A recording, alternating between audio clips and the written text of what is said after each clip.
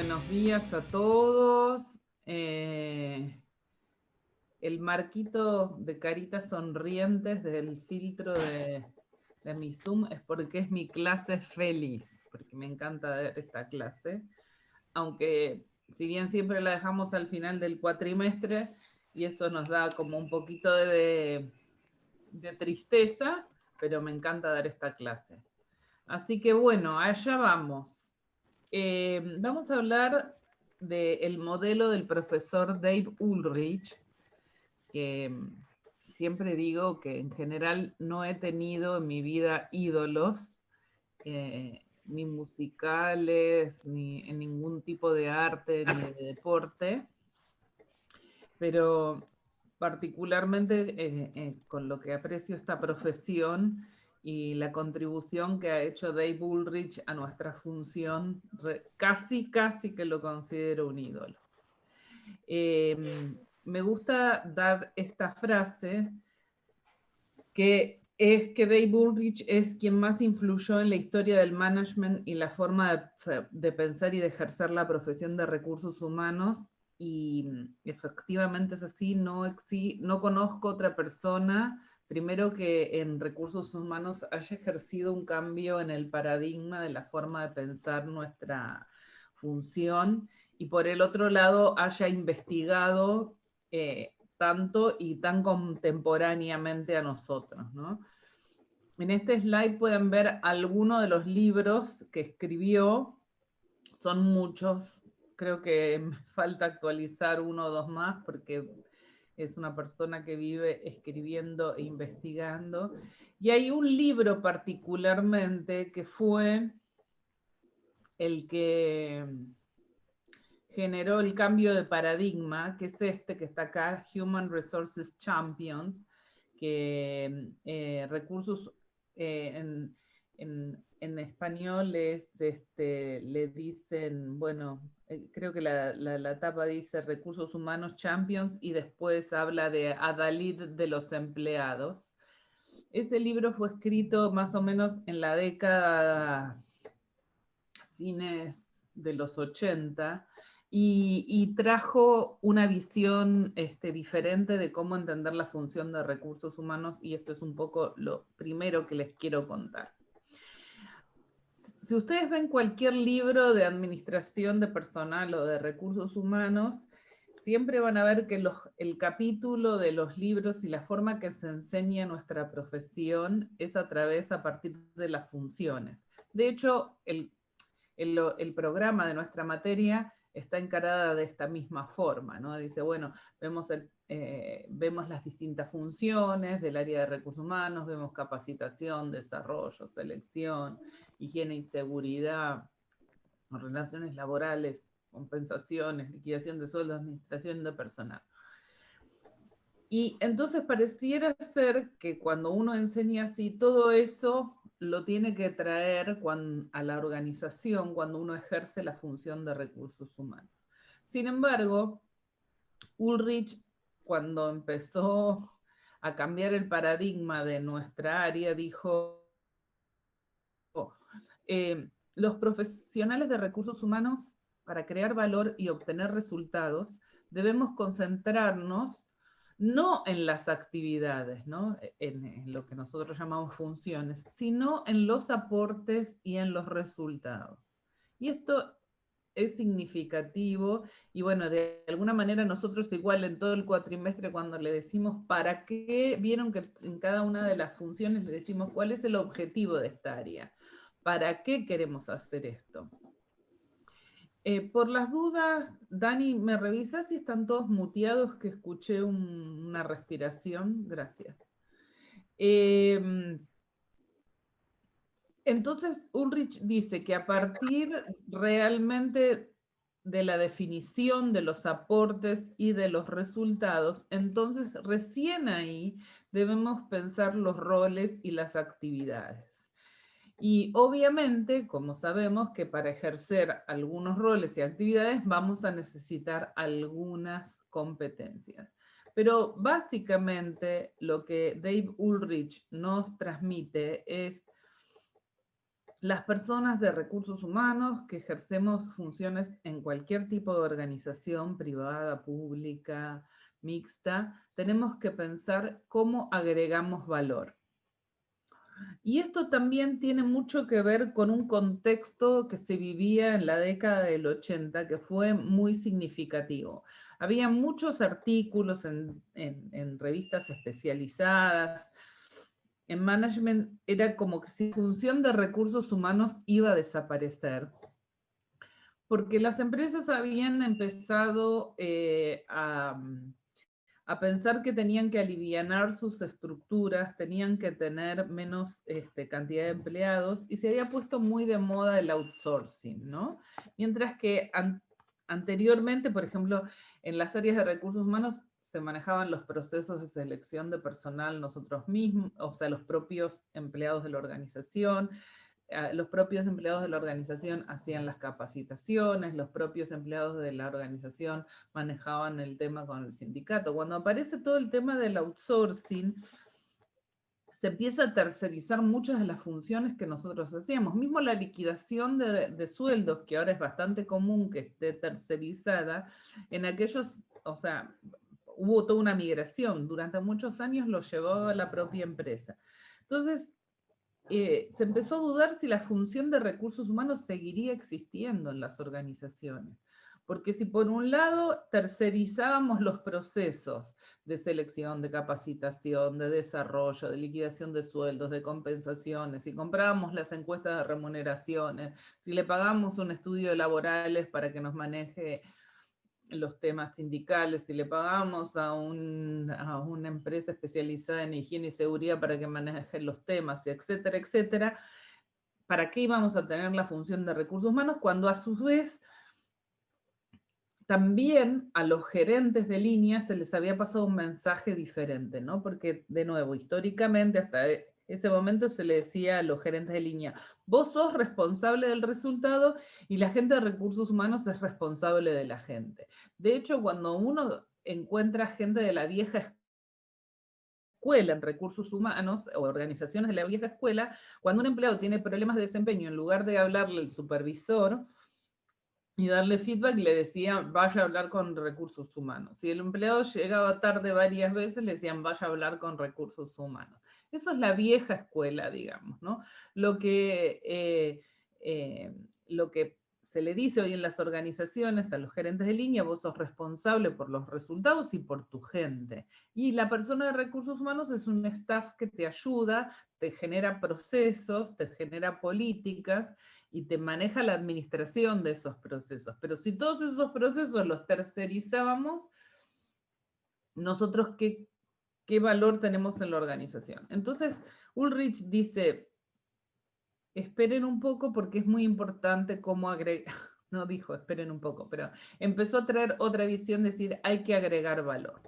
Entonces, la fórmula o el gráfico de lo que les venía diciendo es, si tenemos en mente que nuestra principal función es agregar valor a través de aportes a la organización y de los resultados que entregamos, y recién a partir de ahí vamos a definir qué roles y qué actividades deben realizarse en el área de recursos humanos, y no necesariamente porque el menú esté disponible las vamos a utilizar todas.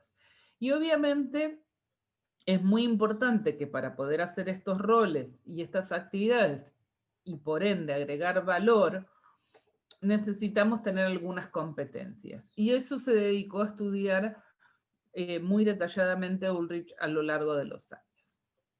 En este libro que les mencionaba, Recursos Humanos Champions o Adalid de los empleados, una de las cosas que Ulrich plantea es el tema de los múltiples roles de los profesionales de recursos humanos.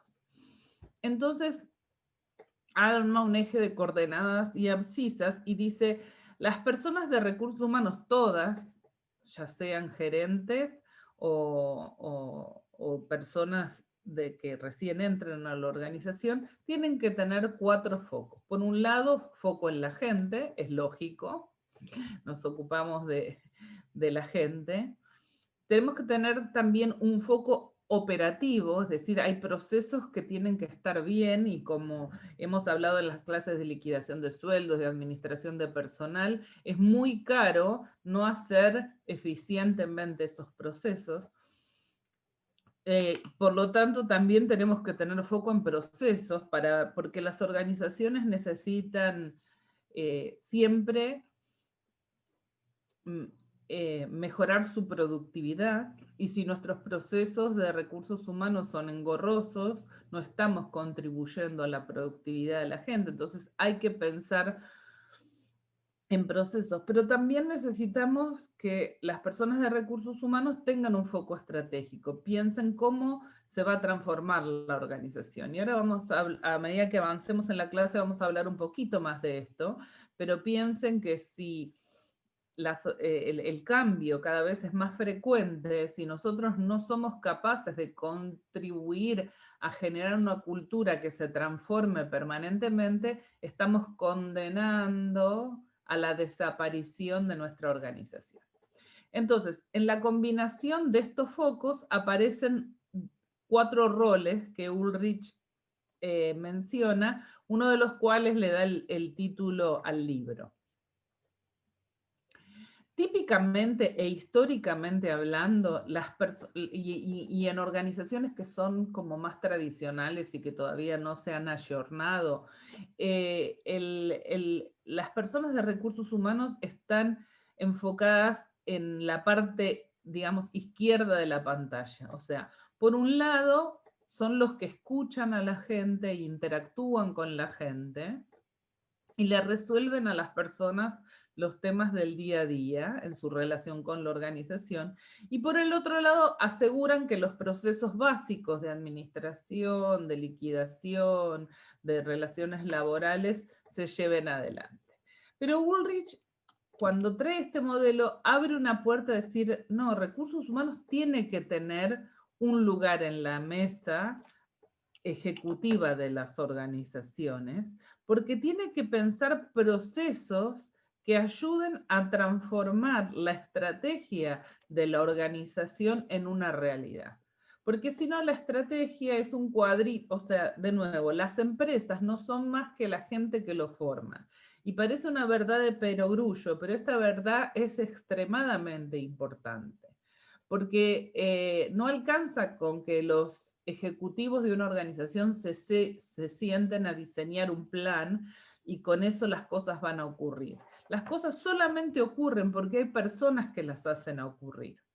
Y si recursos humanos no está sentado en esa mesa, que piensa y entiende cuál es la estrategia que está diseñando esta organización, y para que esta organización se transforme, necesita desarrollar procesos adecuados para que esa estrategia se convierta en realidad. Imagínense que nosotros somos una empresa que está perdiendo clientes porque no tenemos una correcta atención a la resolución de los problemas de los clientes y a la satisfacción, e inclusive a exceder las expectativas de los clientes.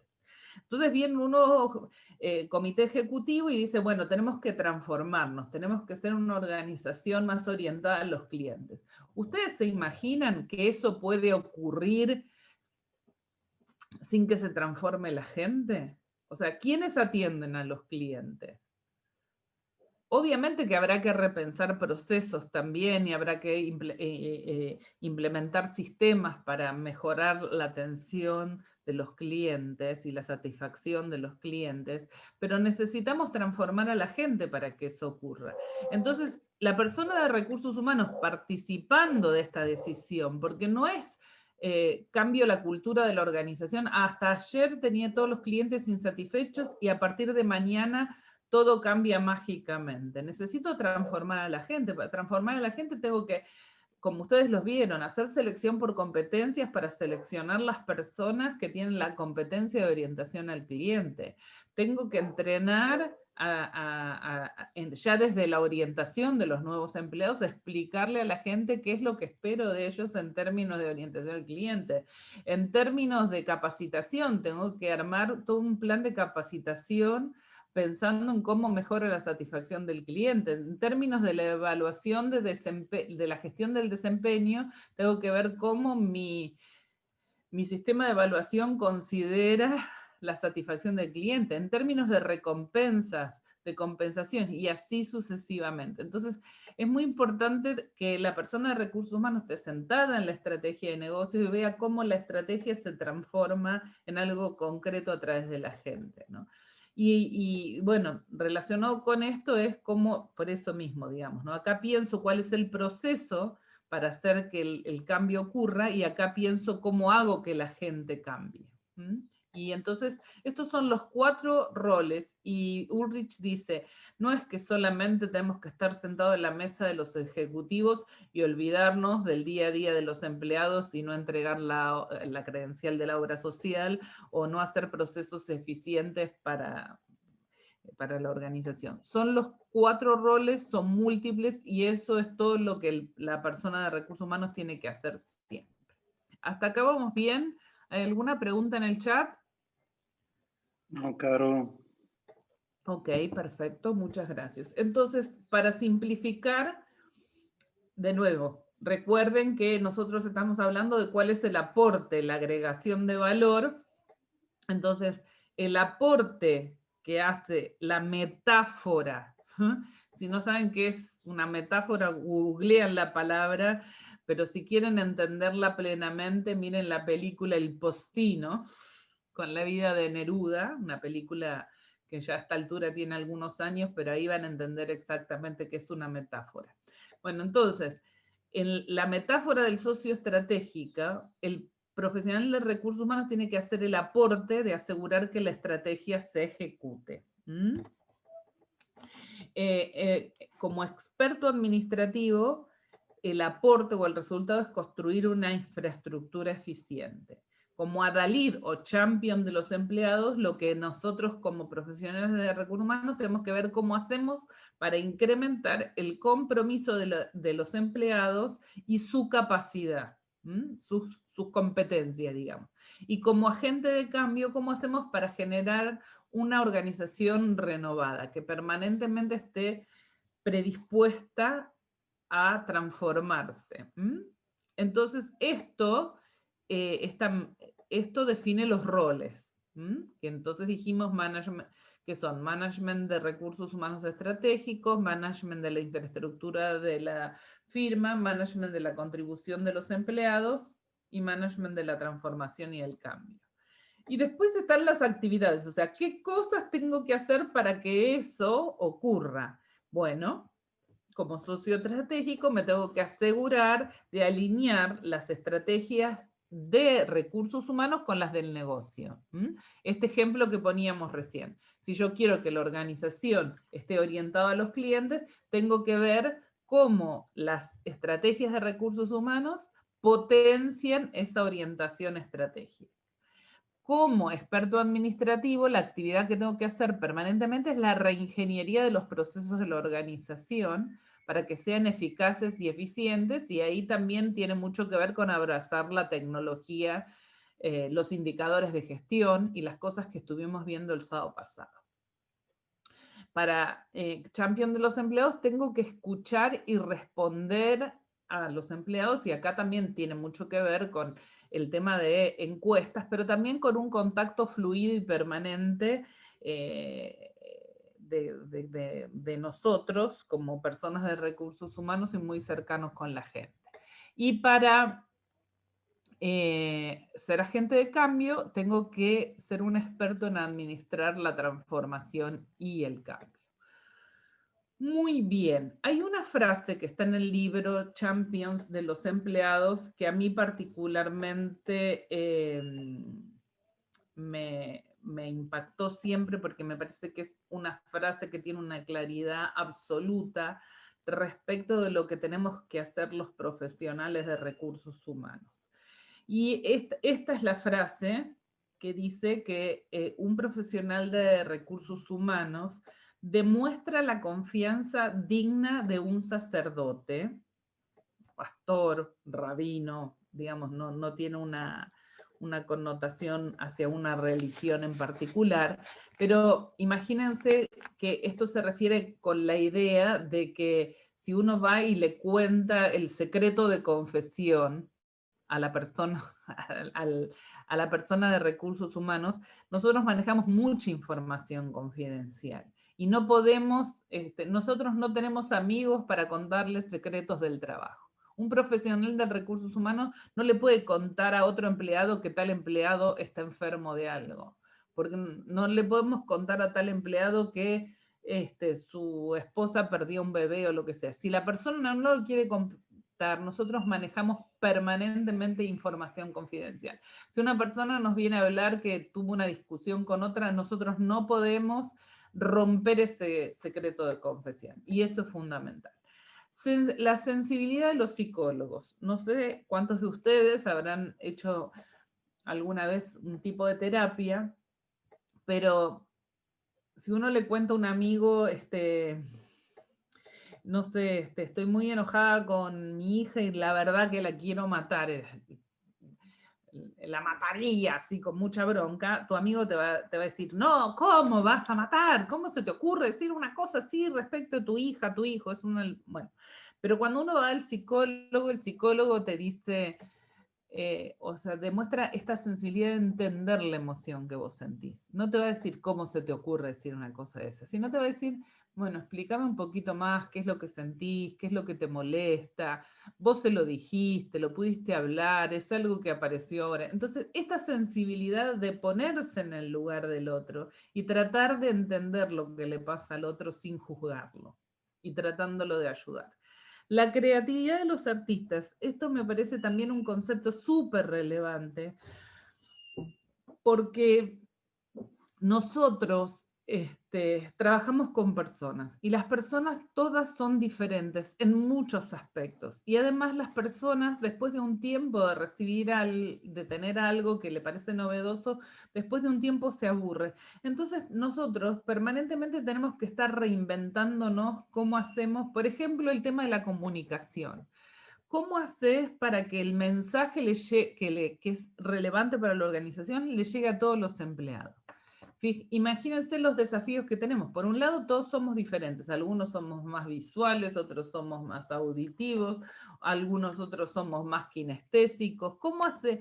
O sea, hay gente que le mandás un mail y no lo lee, hay gente que prefiere que le gusta WhatsApp, hay otro que le gusta la cartelera, hay otro que maneja necesita la cartelera, pues no tiene muchas habilidades digitales o tecnológicas. Entonces, vos tenés que pensar todos tus procesos y todas las acciones que haces pensando que tenés un universo de personas extremadamente diferentes de por sí. Pero después también te pasa que, aunque vos quieras generar un muy buen clima y digamos, un día estableces, bueno, viernes a la tarde flex, después de que lo tenés, ya está, y tenés que pensar otra cosa más para generar un buen impacto. Y al poco tiempo que lo tenés ya está, después querés otra cosa más. Y por el otro lado, y lo último, y también para mí muy relevante, es la disciplina de los pilotos. Un piloto de avión, antes de despegar el avión, sí o sí o sí o sí, hace un checklist muy detallado de cada una de las lucecitas y de las controles que tiene que hacer un avión antes de despegar. Porque sabe que si falla uno de esos controles, ese avión se estrella y se cae. Y nosotros en recursos humanos no podemos hacer entrar a un empleado que entre y no le dimos el alta en la RT, o no le dimos el seguro médico, o no le entregamos los equipos de protección personal. O sea, hay algunas cosas que son extremadamente disciplinadas. No es, entonces, el perfil nuestro es muy multidisciplinario. Por eso también ustedes tienen una carrera que tiene una formación bastante multidisciplinaria. Por eso estudiamos materias de derecho, estudiamos materias de sociología, estudiamos materias de psicología, estudiamos materias de administración, estudiamos temas de economía, porque realmente es una profesión extremadamente multidisciplinaria. Pero para mí esto es una inspiración, esta frase, ¿no? Demostrar la confianza digna de sacerdotes, la sensibilidad de un psicólogo, la creatividad de un artista y la disciplina de los pilotos. Desde el año 86, creo que Dave Ulrich está realizando un estudio de campo para entender cuáles son las competencias que los profesionales de recursos humanos necesitamos tener para poder hacer todos estos roles y estas actividades. Y entonces hace un estudio que básicamente responde dos preguntas. Como decimos siempre, esta puede ser una pregunta de examen. La primera pregunta es, ¿cuáles son las competencias que distinguen a los profesionales de recursos humanos exitosos de las que no lo son? Y la segunda pregunta es, ¿cuáles son las capacidades que necesitan los departamentos de recursos humanos para ayudar a construir el negocio? O sea, por un lado a nivel individual y por el otro lado a nivel de los departamentos o las áreas de recursos humanos. Y para hacer esto, lo que se hace es una encuesta tipo 360, donde cada 4 o 5 años se le pregunta a cada profesional de recursos humanos que decide participar de este estudio,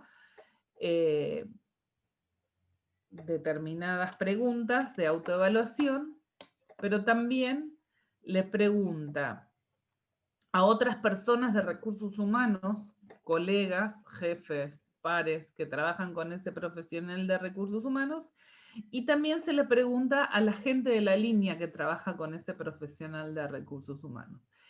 Con ese 360 que se hace a nivel internacional, cada 4 o 5 años tenemos un estudio que nos informa cuáles son las competencias que necesita el profesional de recursos humanos exitoso o cuáles son las competencias que se necesitan. ¿Por qué piensan ustedes que cada 5 años más o menos necesitamos rehacer el estudio? Obviamente que cuando las condiciones cambian, cuando aparecen nuevas variables, nosotros necesitamos nuevas competencias, ¿no? Es lógico, sí. Para liquidar sueldos, por ejemplo, cuando no existía, cuando se liquidaban sueldos a mano y se pasaban las liquidaciones en el libro de sueldos y jornales manualmente, se necesitaban algunas competencias. Cuando se empezó a liquidar sueldos dentro de la organización y manejar un sistema y cargar y hacer de data entry, se necesitaban otras competencias. Y cuando tercerizas el servicio para liquidar sueldo, necesitas otras competencias. O sea, como el mundo cambia, cambian las competencias. Obviamente, entonces cada 5 años Dave Ulrich vuelve a hacer este estudio. En el apunte van a tener información detallada de esto, pero así fue en cada una de las corridas que se hizo la investigación, cuáles fueron esto HRCS, quiere decir Human Resources Competency Study, y estos son los resultados que dieron los estudios a lo largo de los años, ¿no? Entonces, en el 1987 las 3 primeras competencias que surgieron era que la persona de recursos humanos obviamente tenía que saber de recursos humanos y de poder hacer entrega de esas cosas que comprometía, pero también necesitaba tener la competencia de gestionar el cambio y el conocimiento del negocio. En el 92 ya aparecieron algo más, se repite conocimiento del negocio, cambio, entrega de recursos humanos, pero aparece una competencia que nunca más se perdió en los estudios, que es la credibilidad personal. Y después vamos a hablar un poquito más de la credibilidad personal, que como ustedes ven, en los siguientes estudios siempre se mantuvo, aunque cambió un poquito el nombre, acá dice activista creíble, credibilidad personal, credibilidad personal y activista creíble. Pero obviamente que a lo largo del tiempo han aparecido cosas nuevas, como por ejemplo proponente de la tecnología, cosa que en el año 87 no estaba vigente. Y bueno, la idea es que no memoricen todas las competencias que se necesitaron a lo largo de la historia, pero sí que entiendan que es un estudio que se hace muy muy a conciencia cada 5 años, y se estudia cada 5 años cuáles son las competencias que se requiere el profesional de recursos humanos. Después del break que vamos a tener ahora, vamos a ver cuál es el resultado del último estudio que se hizo de Dave Ulrich. En el 2020 ya deberíamos haber hecho el estudio nuevo, a causa de la pandemia se demoró el lanzamiento. Ahora, entonces, en breves minutos, Dani nos va a llevar al breakout room, y lo que vamos a hacer es vamos a volver a pensar en el modelo este de múltiples roles, originalmente, de socio estratégico, experto administrativo, adalid de los empleados y agente de cambio, y vamos a ver algunas actividades. Y si tenemos tiempo vamos a pensar más actividades. Y vamos a relacionar si esta actividad es qué actividad está relacionada con cuál rol. Así que, excepto que tengamos alguna pregunta, nos iríamos a los breakout room, Dani. Muy bien. En el chat no hay preguntas, así que abro las salas. Gracias. De nada. Bueno, maravilloso. Vamos a seguir entonces. Este es el último estudio que les decía, que es en el 2016. Ya se debería estar corriendo en el 2020 el nuevo estudio. La pandemia retrasó un poquito la situación, pero este son las competencias que distinguen a los profesionales exitosos de recursos humanos de los que no lo son. Y como ustedes pueden ver, son promotor de la cultura y el cambio, curador del capital humano, gestor de las recompensas totales, activista creíble, navegador de las paradojas, integrador de la tecnología y las redes sociales, diseñador e intérprete de indicadores, gestor del cumplimiento y agente de cambio. Ulrich dice, traza como una línea acá y dice, bueno, hay dominios fundacionales o tácticos que son, sin esos, no podemos entregar, o sea, por eso hay que saber de recursos humanos para hacer recursos humanos. A veces las organizaciones ponen personas que no tienen formación en recursos humanos para hacer recursos humanos, y falta el dominio fundacional, ¿no? Es como la barrera de entrada cuando hablamos en el modelo de competencias, o cuando se ve la pirámide de Maslow, los factores higiénicos, digamos, ¿no? O sea, sin esto es muy difícil poder hablar de lo siguiente. Y los siguientes son los dominios habilitadores estratégicos para la organización, son los que realmente generan la transformación. Y después están los dominios núcleo, que son el de agente estratégico, el navegador de las paradojas y el de activistas creíbles. Por las dudas, comento, paradoja es algo que parece imposible, ¿no? Y permanentemente nos pasa mucho en recursos humanos. Paradoja es como, uno en general dice, bueno, corto plazo o largo plazo. No puedo, como que no podría ser largo plazo y corto plazo. Bueno, en realidad la vida está llena de paradojas, y los profesionales desde recursos humanos permanentemente estamos navegando entre paradojas, entre cosas que parecen opuestas y imposibles de llevarse adelante, ¿no? Cuando yo les decía en la primera parte, tenemos que ser la voz de los empleados, me parece que eso se lo dije solamente al grupito que tuve en el breakout room. Ahora se los digo a todos. Ulrich dice, nosotros tenemos que ser la voz de los empleados frente al management y la voz del management frente a los empleados. Entonces, parece una paradoja, o sea, ¿cómo te convertís en vocero de ambos grupos y te sentís representando a ambos, ¿no? O de nuevo, ¿cómo haces largo plazo y corto plazo? Pasa mucho. Bueno, y ahora vamos a detenernos un poquito en cada una de de los dominios. Ok. Entonces, vamos a hablar agente estratégico.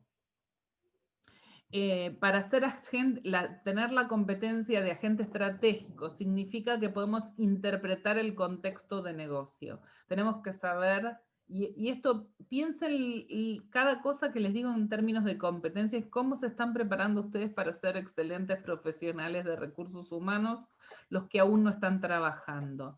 Y por ejemplo, para interpretar el contexto de negocio tenemos que estar leyendo los diarios de economía, entender qué pasa con las empresas, qué empresas nacen, qué empresas crecen, qué empresas desaparecen, porque el pseudo negocio no es más negocio.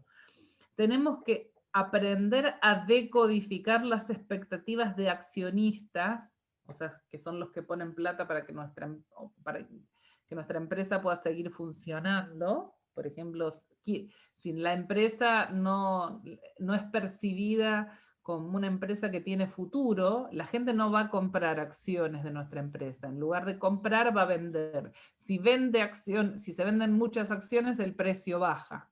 Entonces, hay que entender qué es lo que valora un accionista para seguir comprando y reteniendo las acciones de tu empresa y no de financiarte. Hay que entender qué esperan los clientes de nosotros. Las expectativas de los clientes van cambiando. No es lo mismo antes. Cuando uno iba a un banco esperaba que la atención, el banco fuera lindo, hubiera muchos cajeros humanos para atenderte, qué sé yo. Hoy en día me parece que esperamos más que la aplicación esté siempre disponible, funcione y sea fácil de usar. Los empleados, lo mismo, no son las mismas expectativas antes que ahora. Las nuevas generaciones tienen otras expectativas. Y la sociedad también tiene otras expectativas de las organizaciones respecto de la sociedad, de la responsabilidad corporativa y la social, ¿no? O sea, cómo contribuyen a una mejor sociedad las organizaciones. Entonces, un agente estratégico, la competencia de agente estratégico tiene que ver con poder interpretar qué esperan todos estos grupos de nosotros y obviamente entender muy bien la operación del negocio o del proceso fundamental de la organización en la que estamos trabajando. Como activista creíble, recuerden que prácticamente salvo en el primer año que se hizo el estudio, siempre apareció esta competencia muy relevante como el profesional de recursos humanos, y tiene que ver con dos características fundamentales ser un activista creíble. Uno, la persona de recursos humanos tiene que ser capaz de influenciar y tiene que tener buenas capacidades de relacionamiento con otros. Pero también es creíble porque se gana la confianza de las personas a través de los resultados, o sea, cumple con lo que promete. Y esto es tan simple como eso, digamos. Nosotros no confiamos en la gente que nos dice que va a hacer algo y no lo hace. Y la gente tiene que confiar en la persona de recursos humanos, tanto los ejecutivos de esa organización como todos los empleados, ¿no? Esto tiene que ver con tener una historia, entregar resultados, persistir en circunstancias adversas, poder expresar situaciones complejas en una forma simple que la gente comprenda, y ganarse la confianza de las palabras claves. En cuanto a la influencia y el racionamiento, tenemos que tener un genuino interés en la gente, porque si no, o sea, la gente se da cuenta, la gente no es tonta. Tenemos que tener un balance justo entre confianza, de seguridad en nosotros mismos, pero también en humildad, porque seguramente ustedes no creen, les cuesta creer en las personas que son muy arrogantes. Y lo mismo que les pasa a ustedes, les pasa en general a los demás, ¿no? Mucha capacidad de aprendizaje y mucha integridad personal y ética, porque si no, no te ganas la credibilidad personal. O sea, esto es, yo siempre les recomiendo a las personas que se dedican a recursos humanos que dediquen algunos años a analizarse, a conocerse, porque solamente las personas que conocemos nuestros propios lados oscuros somos capaces de desarrollar la capacidad de empatía y entender qué le pasa a los demás también. Dijimos la otra competencia, navegador de las paradojas, es esto, ¿no? Las cosas que se oponen, ¿ves? Temas estratégicos y detalles operativos. Tenemos que estar en el foco interno, o sea, viendo qué pasa con los empleados, pero también viendo qué pasa con el mercado.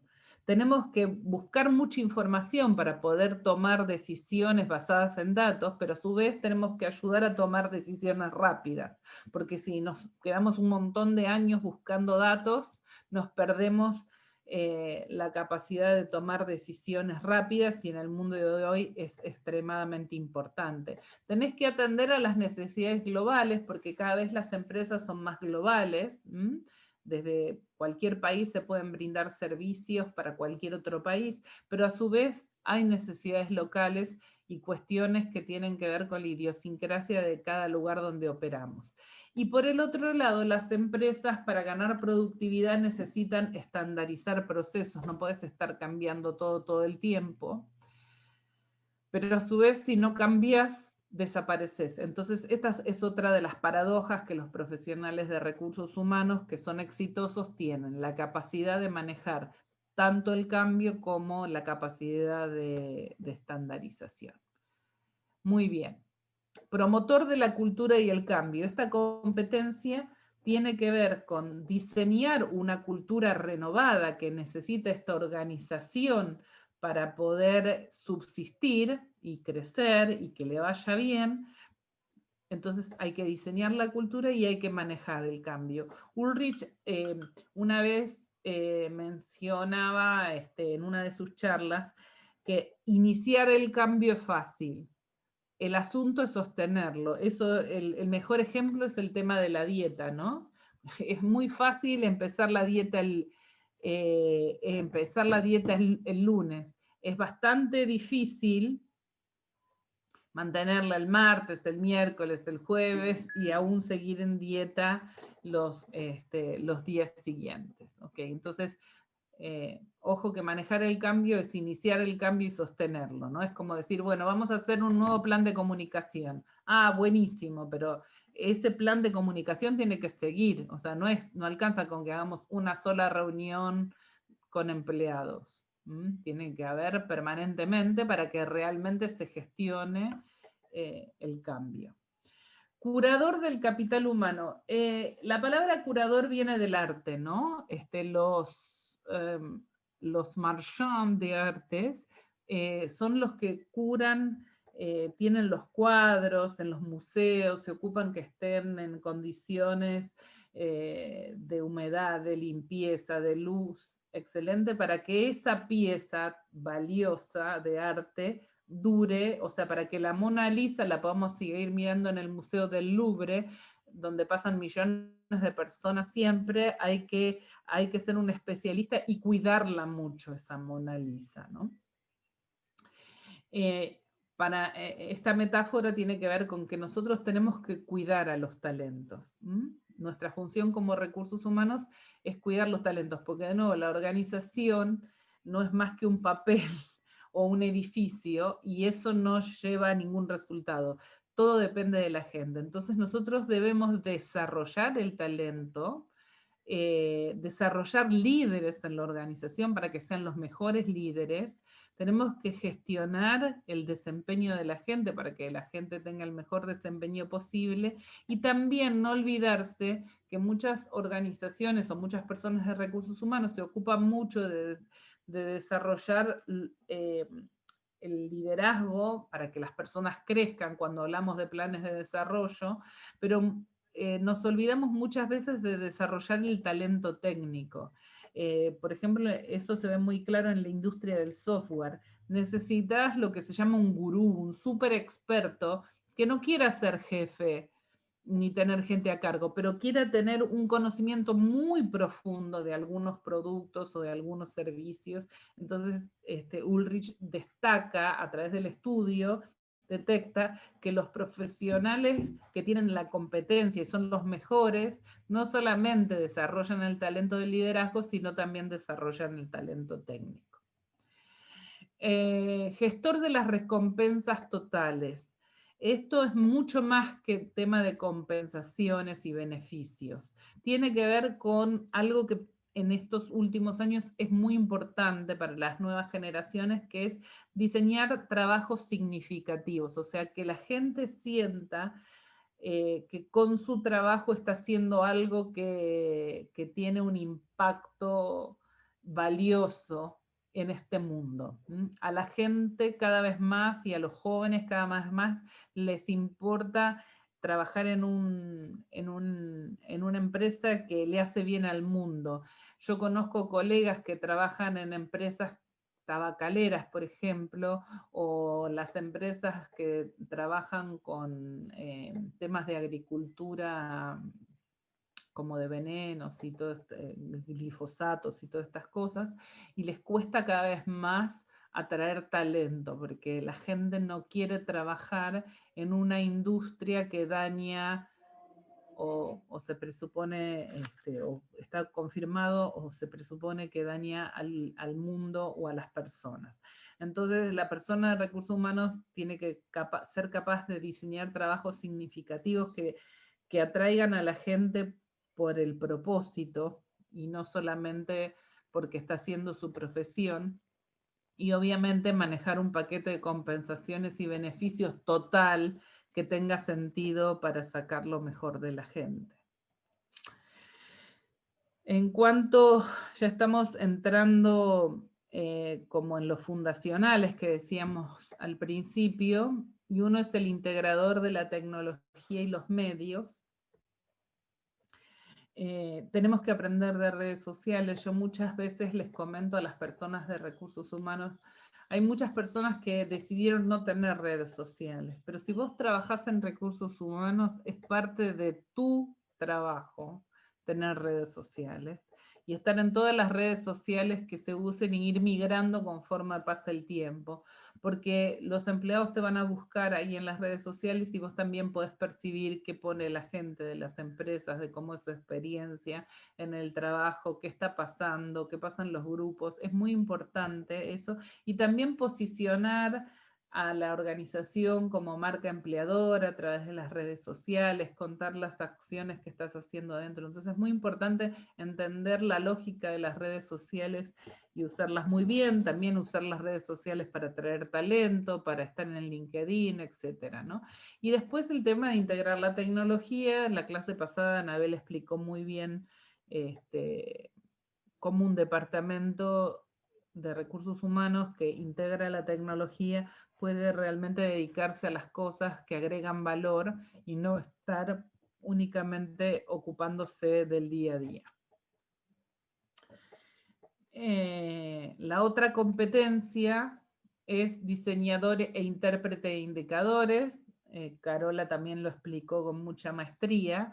Necesitamos tener datos para tomar decisiones basadas en información. Y para poder tomar decisiones basadas en información necesitamos obtener datos correctos y además tenemos que poder interpretarlos, ¿no? Porque el dato es un dato y después que la procesamos se convierte en información y es la información la que nos permite tomar decisiones. Es extremadamente importante medir lo que hacemos en todas las áreas de recursos humanos, tomar mediciones y poder tomar decisiones basadas en ello. Y esa es una competencia también que distingue a los profesionales de recursos humanos exitosos de los que no lo son.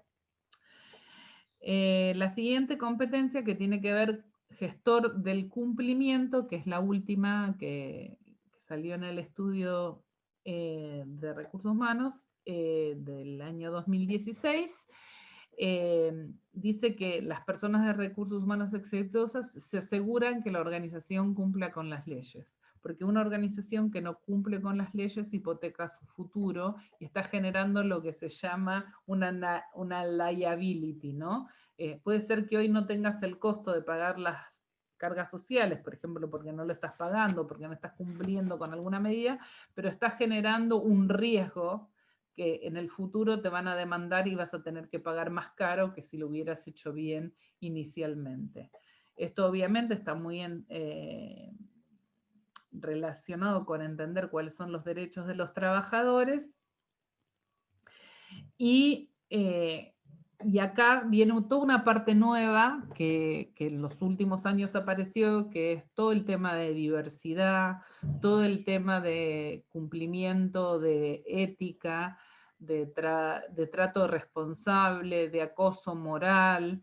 O sea, son cosas que los profesionales de recursos humanos tenemos que trabajar mucho en las organizaciones, porque todavía hay muchos estereotipos, hay muchas cosas que se dicen por la vida que son inaceptables que se digan en una organización. Entonces tenés que educar activamente a la gente a salir de los estereotipos, a salir de los prejuicios, a evitar la discriminación, porque hoy en día estos temas siempre fueron relevantes, pero bueno, digamos desde un punto de vista ético, pero hoy son relevantes desde el punto de vista de cumplimiento en sí, y también para poder seguir atrayendo y reteniendo el talento, porque en una empresa que no se respete a la gente, los mejores talentos no se van a quedar.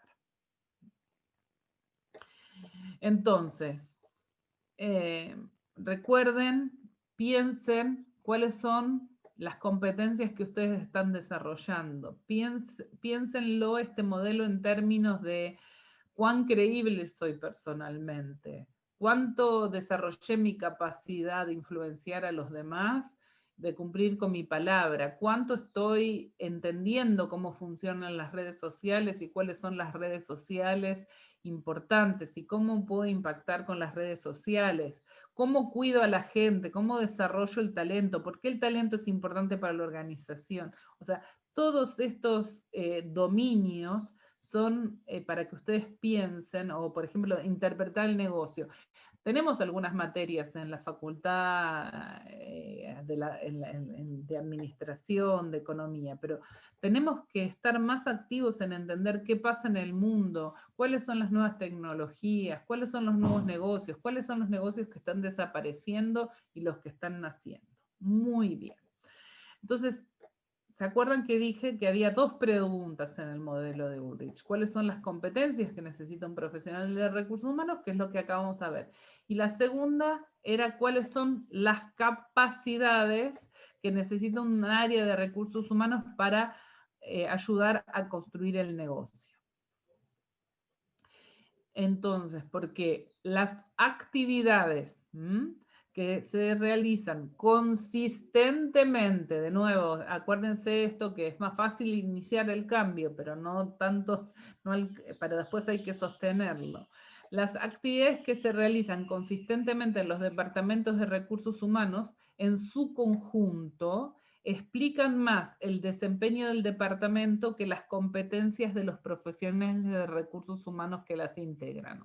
¿Esto qué quiere decir? Yo puedo haber salido en el 360, cuando hacen los estudios Ulrich, que hace por individuos y varios individuos dentro de una organización, y después mide también las prácticas. Entonces, a veces vos podés tener profesionales muy competentes, que salieron muy bien evaluados en el estudio de competencias individual. Pero si no tenés buenas prácticas desarrolladas en la organización en forma consistente, no lográs contribuir en en que realmente el área de recursos humanos se destaque y agregue valor en la organización. Esto es algo así como, ustedes vieron que hay profesores que saben mucho, pero no son buenos docentes para explicarlos. Por ahí sos un científico de fama mundial, pero tenés muy poca capacidad didáctica y entonces las personas no logran aprender de vos. Esto es lo mismo, o sea, que el profesional de recursos humanos tenga muchas competencias no es razón, es imprescindible, pero no es suficiente para que las organizaciones tengan las capacidades. Y las capacidades organizacionales tienen que ver mucho con el desempeño consistente de las actividades. Y las prácticas que en el último estudio de Ulrich salieron a nivel organizacional como muy significativas en el aporte que hacen las áreas de recursos humanos a la organización, tienen que ver con las prácticas de manejo del desempeño de los empleados. Es lógico, porque si la gente no alcanza y no supera sus objetivos, la organización no tiene forma de alcanzarlos, porque de nuevo, la organización no son los ejecutivos, la organización no es el edificio, no son las máquinas, sino es el desempeño consistente y colectivo de quienes conformamos la organización. Segundo punto que salió en la investigación, prácticas integradas de recursos humanos. Esto lo hablamos mucho cuando vimos la clase de gestión por competencias. No podemos poner un sistema de evaluación 360 y tener una organización autocrática y tradicional. No podemos poner puff, no sirve de nada poner puff en la cafetería para que la gente se siente y mete gol para que juegue, si en esa organización se desconfía de la gente y se piensa que la gente es vaga y que hay que controlarla para trabajar y que la gente llega tarde y sigo poniendo reloj de control de hora y tengo managers que hacen micromanagement. Entonces no sirve de nada poner un ambiente colaborativo si eso no tiene que ver con la cultura. Entonces las prácticas integradas de recursos humanos es otra de las condiciones que nos genera que el Departamento de Recursos Humanos realmente agregue un valor significativo. Prácticas para medir y analizar el capital humano, indicadores de gestión, o sea, las empresas que miden la gestión y aplican todo lo que Carola explicó la clase pasada con mucha sapiencia, se destacan. Gestión de la información, que está muy relacionado con esto, pero además tiene que ver con el tema de comunicación. Vimos en las clases, creo que la había dado Martina, si no me equivoco, o Meli, bueno, perdón, si me equivoco. No, sí, yo la di. La diste vos. Ah, ok, bueno. O sea, casi es un milagro la comunicación, y entonces gestionar la comunicación en una organización en forma consistencia es un gran diferencial. Y el desarrollo de las capacidades organizacionales. Eso tiene que ver con cuáles son las competencias nucleares de la organización. ¿Qué es lo que a mí me destaca como organización respecto de otras organizaciones? Que me hace que sea inimitable, diferente. Entonces, estas son las respuestas que en el último estudio se dio a la segunda pregunta. Muy brevemente voy a volver a la primera clase con el tema de organigramas. Ustedes recordarán, porque tiene que ver con Ulrich, que nosotros hablamos de que había 3 tipos de organigramas. Un organigrama funcional de recursos humanos, que lo que hace es organizar el área de recursos humanos por funciones, por cada una, por la agrupación tradicional de las actividades de recursos humanos. Hay otro organigrama que vino de la mano originalmente del modelo de Ulrich, que es, bueno, yo necesito socios del negocio. Para tener socios del negocio, entonces pongo personas de recursos humanos que atiendan a cada negocio, a cada líder, y entonces esa persona está muy cerca de ese negocio y le brinda una organización customizada, una organización del área de recursos humanos muy cercana, con esa idiosincrasia, con lo que pasa en el área comercial, etc. Y después nosotros les mostramos que existe un organigrama combinado. Y el organigrama combinado es el que tiene que ver plenamente con lo que dice Dave Ulrich, porque con la premisa de agregar valor en mente, que se acuerdan que es lo primero que hablamos cuando hablamos de Ulrich, lo primero que tenemos que ver es cómo agregamos valor y cómo aportamos a los resultados. Tenemos que diseñar una estructura que no pierda de vista ese objetivo y utilice todas las formas o todas las opciones de estructura disponible. Por eso es que recomendamos siempre, cuando ustedes diseñen, les toque diseñar el área de recursos humanos, que hagan un organigrama combinado, que no se preocupen por dónde está el valor, por dónde está no por dónde está el valor, por dónde está el poder. Si centralizo todas las funciones en recursos humanos o le doy todo el poder a la línea. Lo que nosotros necesitamos proponer es que se utilicen la estructura necesaria. Hay cosas que vale la pena que estén centralizadas, y entonces vamos a utilizar el staff corporativo o los servicios compartidos o tener gente especializada en conocimiento, pero también hace sentido que haya gente que esté más especializada en un negocio y entienda las particularidades del negocio, porque sobre todo en organizaciones bien grandes son bien diferentes las necesidades de un área y de otras. Y también hay cosas que nosotros internamente no vamos a tener la capacidad de hacer. Y entonces vamos a necesitar tercerizar algunas cosas. Y vamos a tener áreas que ofrezcan procesos integrales que se pueden hacer, como podría ser el tema de una adquisición o una fusión.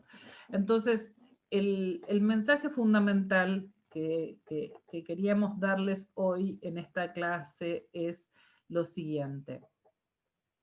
El área de recursos humanos está para agregar valor en una organización.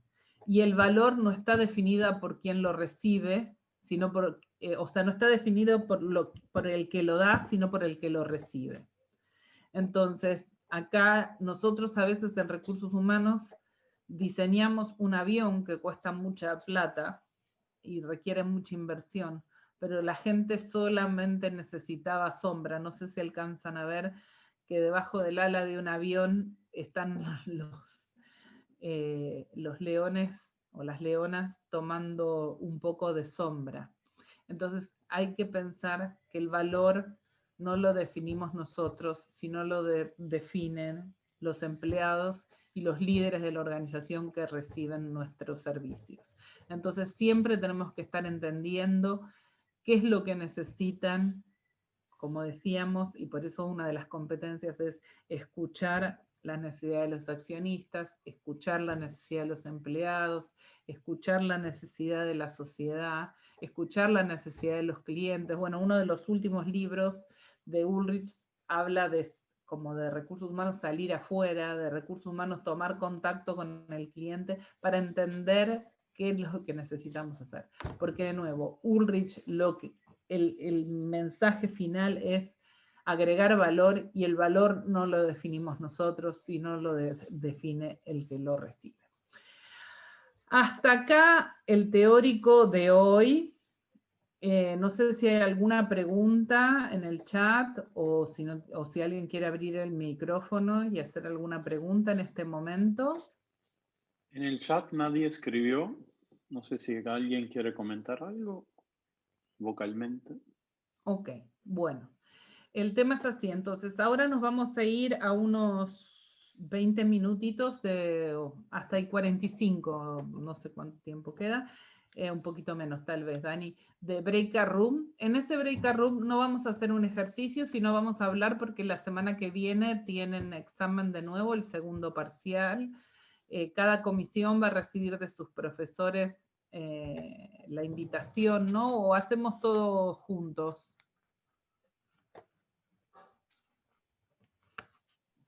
Hagamos como el otro, Caro, les mandamos nosotros las invitaciones particulares con un horario a cada uno. Perfecto, entonces ustedes van a recibir un horario para presentarse en el examen de los profesores de los prácticos, y ahora nos vamos a ir un ratito al breakout room para que piensen. Hasta acá casi llegó la cursada de esta materia, porque el sábado que viene tenemos el examen. Muy rápidamente los profesores les van a notificar la nota. El sábado siguiente es recuperatorio para el que tiene que recuperar el primero o el segundo parcial. Los que aprueban van a tener promocionada la materia y terminaron acá, y los que no aprueban van a tener una nueva cita en un examen final virtual, seguramente, para ver si logran aprobar la materia en los llamados ahora de diciembre, o si no, en los próximos llamados. Pero bueno, tenemos la esperanza de que aprueben en la cursada, así que ahora vamos a ir a los breakout rooms para poder charlar cualquier duda que tengan sobre el examen. El primer examen, recuerden que fue todo sobre todo el proceso de selección, de eso no vamos a preguntar nada. A partir de higiene y seguridad, que se dio en la última clase, pero en la última clase antes del examen, hasta hoy lo de Ulrich es lo que se toma el sábado que viene. Los videos van a estar todos subidos para si alguien quiere repasar los teóricos o se perdió alguno. Y bueno, además tienen todas las fichas del material, pero bueno, vamos a los breakout room, así pueden hacerle preguntas a sus profes.